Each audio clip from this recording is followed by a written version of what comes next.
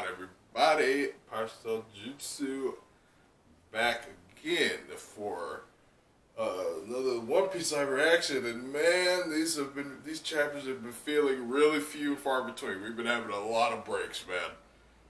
I think we had like a break, and then the last chapter, and then another break after that, and then we had like a couple other breaks before the last break, and it's just like, man, I feel like we're barely getting any One Piece nowadays. But I'm very encouraged by the title of this chapter, chapter 1038, Kid and Law versus Big Mom. Plain and simple.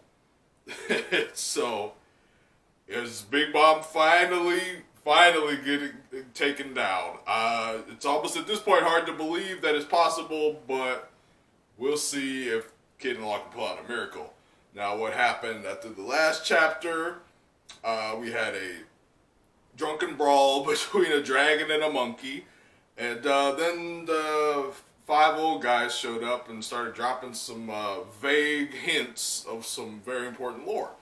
And a certain big elephant decided to crash this party, but we'll see what's going on there, and if that elephant has anything to do with this mysterious devil fruit that the world government renamed. But I mean, we probably aren't going to get any more information on that anytime soon, but I got some theories on that one I might make a video about, because I was under the assumption that they were talking about Kaido's devil fruit, because I have my theories on that, which I have made a video about.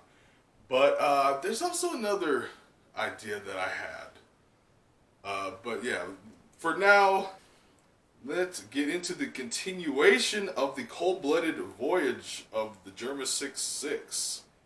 In Volume 3, we see some very prominent characters from Big Mom's family and the Whole Cake Island arc that I'm very glad to see Pudding here, Sanji's wife. She seemed to be, in good health, but she looks kind of sad here. And her brother Oven, the triplet brother of Katakuri, he's also sitting there. And oh, whoa, my God! I didn't even. That took me a minute. You gotta be shitting me, but oh my God, wait. Oh my God. Oda, whoa. Holy, just the cover pages. This is huge. I was focused on Pudding and Oven. I didn't even.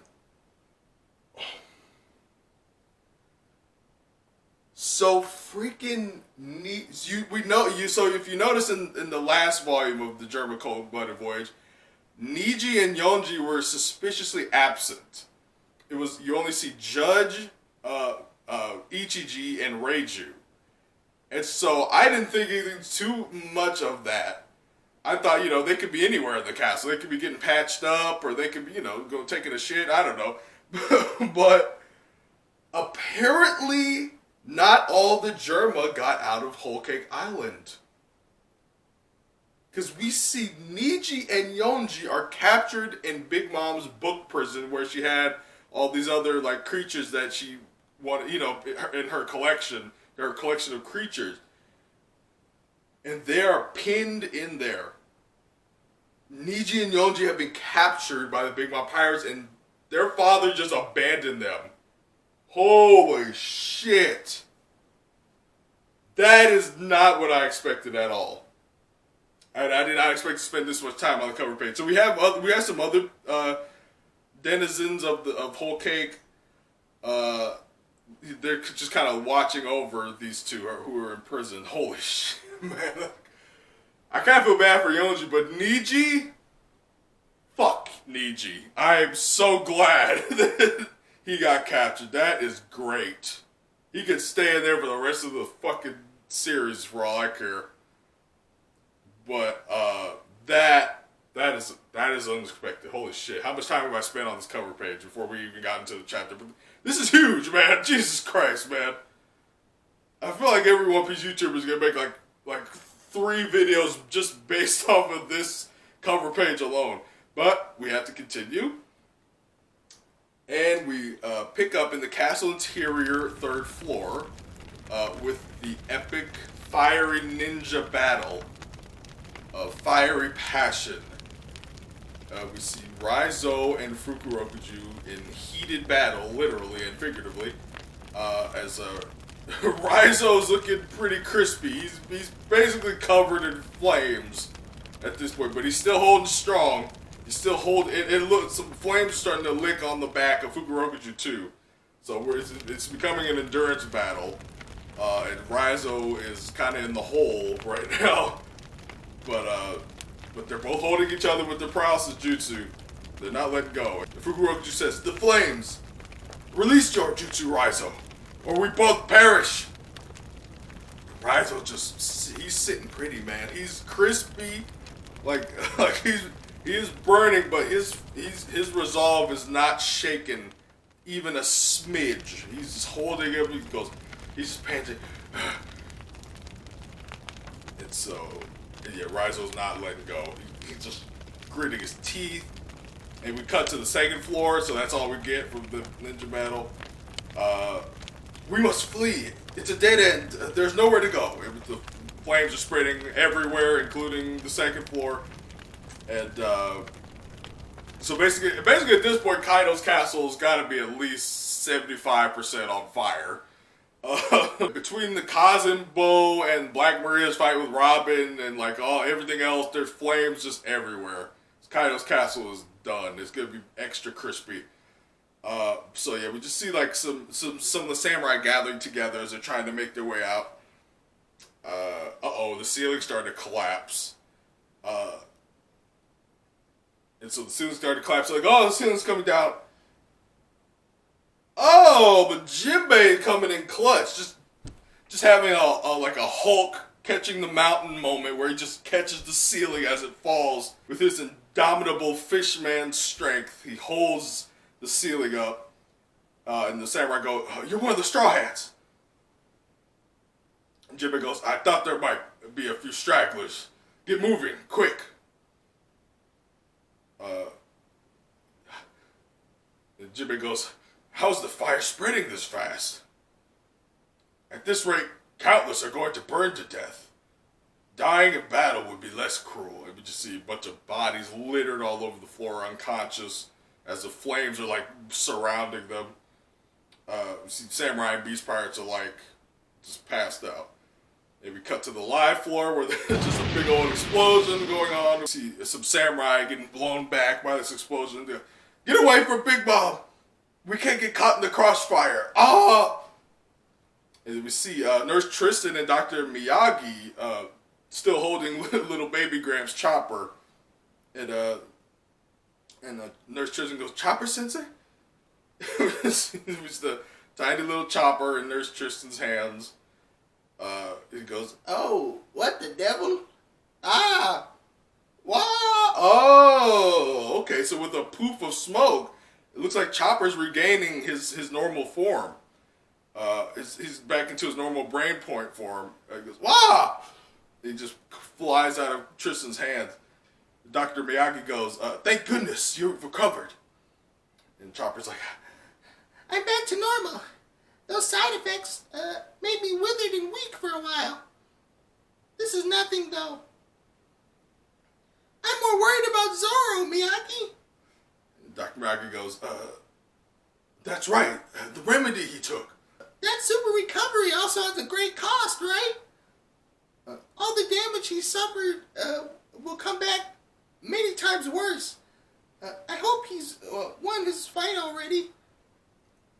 Before his injuries were so bad, he couldn't move. If those wounds got multiple times worse."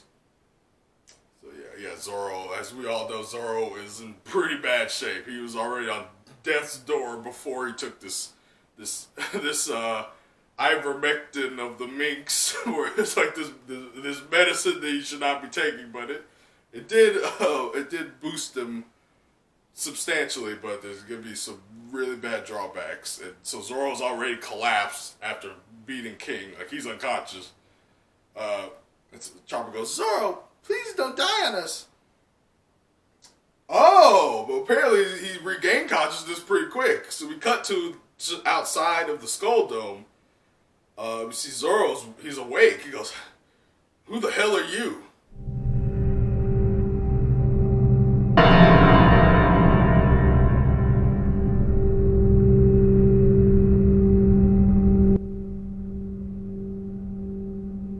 What the hell? What? What? Oh, okay, that's not a good sign. For the first time ever in One Piece, we seem to have an appearance from the actual Grim Reaper. And he's standing above Zoro, about to come down with his scythe. And Zoro's going, this is a really cool drawing, by the way, the Grim Reaper, just like, with like, the wind is like swirling around him, and he's just like that is death itself, literally. And so Zoro's just like, what's happening? My body, it won't move. Stop, get away from me. Okay, wait, no, Oda. You can't just cut away from that. He's cutting away to the dome interior right brain tower, but I'm saying no, sir, you cannot. What the hell? All of a sudden, the Grim Reaper exists in the One Piece world. A literal Shinigami is coming for Zoro. Is he gonna fight death? Literally? Never mind, probably not. Yeah, that's not a great sign there. It's not a great sign. But we cut away to the dome interior right brain tower with we see okay, we see Frankie, and this diagram is telling us that Frankie is actually not very far from Zoro. It's like they're basically like on opposite sides of a wall, where Zoro's like right outside the Skull Dome, and like Frankie's right inside basically where Zoro is. Or he's like in the general vicinity, and so Frankie just blasted through. He starts blasting. Out of my way! He's just firing his weapons left. Just looking, his face is all like bloody and stuff. But he's going, Zoro, you bastard! Where'd you go? Again, we cut away from Frankie to the first floor attic. Oh, wow, that's a lot of fire. Okay, so we see, so these are the dudes that Izo was taking on last time we saw him a couple chapters ago. It looks like he made quick work of them, but they're just littering the floor. They're like, why the hell did the Whitebeard commander come and kick our ass? Pretty much. Like, why did he come to help those damn upstarts? And, okay. I don't know why we had to check in on that, but apparently Izo is on the move after beating the shit out of some pirates. But we cut to the basement, level 1, where there's a whole hell of a lot of fire. And, here we see Izo. Okay, so he jumps down. Oh, it looks like he's a little worse for wear. He's bleeding. He's like, he's looking real tired. He's thinking to himself, I underestimated their numbers advantage. They may have been small fry, but they were still members of the Beast Pirates. Kiku, Kinamo, I hope my actions allowed the two of you to escape. And so he's holding his side like he's like been shot a bunch of times or something, but his reflexes are impeccable though, because he senses somebody next to him. He just draws his gun instantly.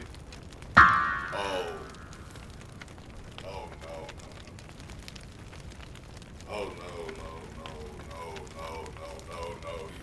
Izo's in trouble. The two members of Aija Zero that are hot on Robin's tail, they just appear out of the flames, and Izo's pointing his gun at them, but they do not look deterred at all. Izo goes, Cypher Pole? And Bowler Hat goes, yes, we're from the Aija Zero branch. Not very secretive secret agents. They just kind of go blabbing who they are to everyone. But he goes, I heard you were on this island, Izo. Let's just pretend we never saw each other. They're just surrounded by flames. It's a very epic scene here. It's just like the face off between the 16th commander of the Whitebeard Pirates and 2 members of Aegis Zero, just crossing like ships in the night. And he goes, we technically aren't meant to let you off the hook for being a member of a notorious crew, but we've currently got our eyes set on the Straw Hats. I'm sure we'll meet again, and they just get ready to pass him, just like he's just nobody. And Ezel goes, "Stop! Not another step." CP0. He cocks his gun. Oh no! Oh man, it's not looking. It's not looking good for Ezo and Zoro or Raizo. Anyone with Z and O in their name is not doing good in this chapter. But we, in a double page, we cut to the basement armory. We see Yamato just running. I've got to make it. I've got to. She's going down the stairs. Oh boy, here's the Kazunbo. She goes, there it is. We see the beady little eyes of the Kazunbo poking down from the ceiling. He's about to hit all these explosives and weapons. And Yamato's transformed into her hybrid form, and she goes, hey, stop that! And then she goes, Namuji Hyoga, and she does like a freeze breath, like that ice blast attack that she does, and she freezes all these explosives. And these bombs, by the way, they kind of look like a mix between like Japanese paper lanterns and like cartoonish bombs, like the round bombs with the string, like the fuse on it. Like they have like the Beast Pirate symbol or Jolly Roger on them. So yeah, but Yamato just freeze breaths all of them like Superman. And but yeah, the Kazunbo, the flaming demon Kazunbo, is still coming down from the ceiling. And Yamato goes, if that gunpowder goes off, we'll all be history. Don't touch it. And so she does an attack called Mahoroba. It looks like a kind of like a whip of ice, like a whip of like frozen mist. It's like a lashing attack. It's like she flings it at the Kazunbo's head. It looks really cool. And then the Kazunbo goes, Orochi-sama. And Yamato goes, a hand? I don't see a hand. It just looks like a big blob. Oh, I guess maybe it's kind of forming into a hand. It's hard to tell. But the Yamato just gets hit with like a blast of flame and heat. And she's back in her human form, and she just like braces against the blast. She's, ah! And we cut away to the live floor. We're just cutting all over the place. Oh yeah, wasn't this chapter called Big Mom versus Kid and Law or something like that? Yeah, so yeah, I guess we should check up on Big Mom and Kid and Law's fight. So yeah, somebody's going, have mercy, Big Mom. They can't even move. Oh my god. And we just see the flaming hair, berserker mode Big Mom, and she's just pounding the shit out of Law and Kid. Law is like on the ground as usual. No, I'm just kidding. He's been getting his ass kicked a lot since Dressrosa, I'm just saying. But he's just on the ground. He goes, and someone goes, if you keep going, they're gonna die. And then Kid just gets clobbered. And someone goes, please spare them. And so yeah, they're just completely trounced by Big Mom. She's towering over them, and they're just completely collapsed on the ground. And she goes, you underlings are begging now? And then someone in Law's crew goes, Captain! And someone in Kid's crew goes, Boss! And the Big Mom says, you two have really hit rock bottom. Mama. And so, I think they're straight up, Law and Kid looks straight up unconscious. Like, Kid, his eyes are rolled back, like, and you can't really see Law's eyes, but he's not moving. And Big Mom's just looking down at them like, ha ha. And so yeah, so I guess these are the kid pirates here. This eclectic crew of interesting looking characters. So they're like, boss, get it together. Are you still breathing? And then we see Jean Bart and the Heart Pirates going, medics, we have to save the captain. Oh boy, we see Big Mom like raising up on top of Hera, who looks very menacing here, like the big thundercloud Hera. And she's just like striking them with lightning bolts. Oh no, I guess she's striking the rest of their crew, not Kid and Law, but she's just like blasting them away with lightning. Quit your belly aching. This is a battlefield, you pests.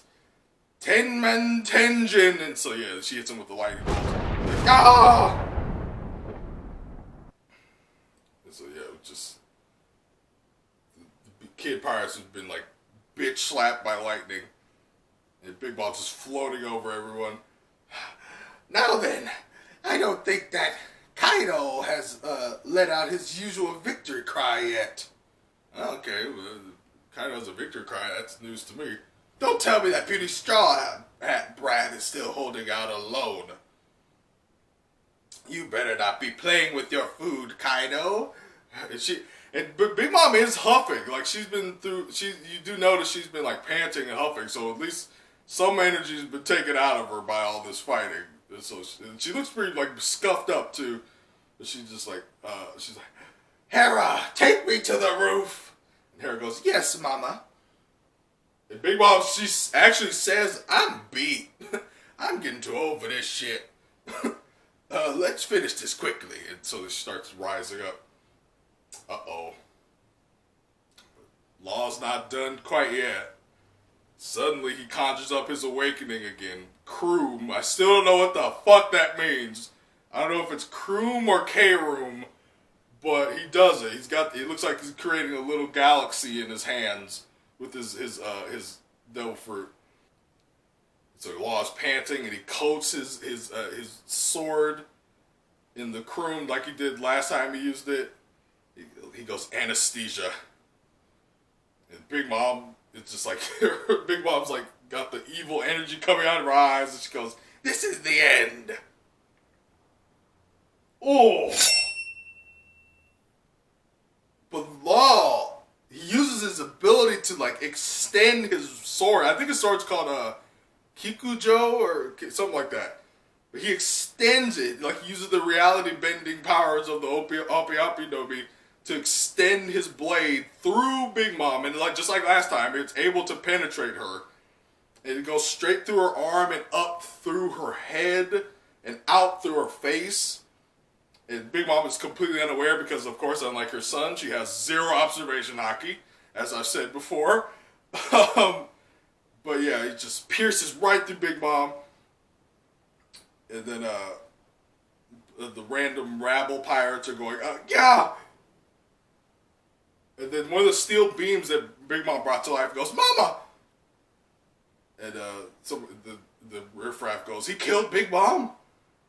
And the Chopper's watching this. He goes, Trappy, what's with that huge blade? And Law goes, like the last attack, you barely feel the prick, but... And Big Mom has a sword through her face, and she goes, what are you doing? Knock it off. And just like last time, Law goes, shock relay. It electrocutes her from the inside. And just like last time, she takes it hard. She's screaming like, ah! And she collapses off of Hera, slams onto the ground. And then the homies that she created just immediately start attacking Law. How dare you hurt Mama? Uh-oh. But then the metal beam homies are feeling that magnetic tingle. They're like, what? Something is pulling us in. And Kid is collecting all the metal, including the homies. What?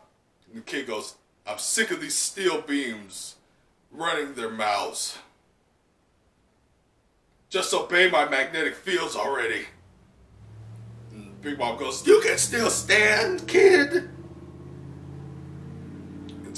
Kid is creating like his big like battlement like metallic arm, and he's just staring down Big Mom, who's like standing right in front of him.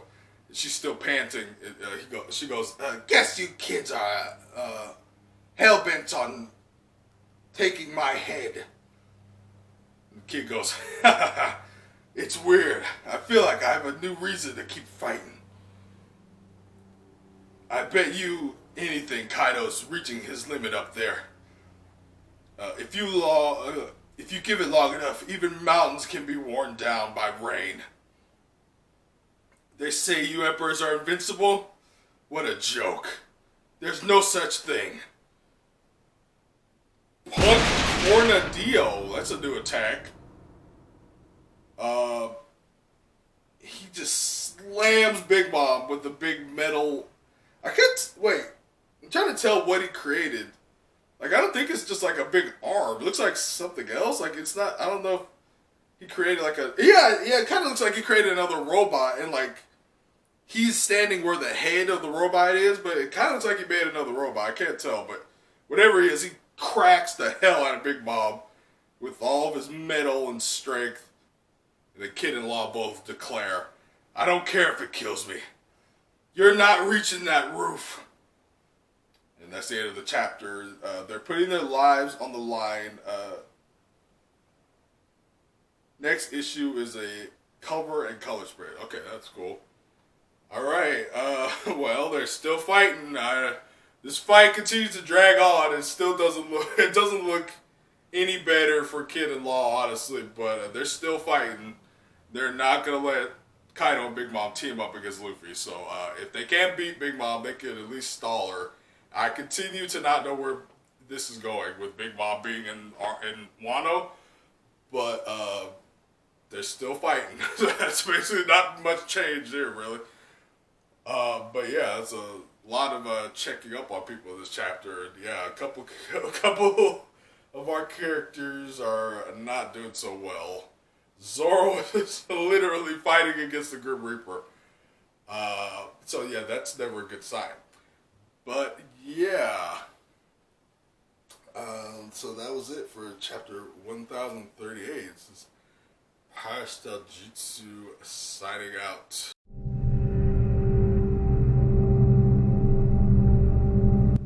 Like the video, comment, and subscribe, or I will take your soul.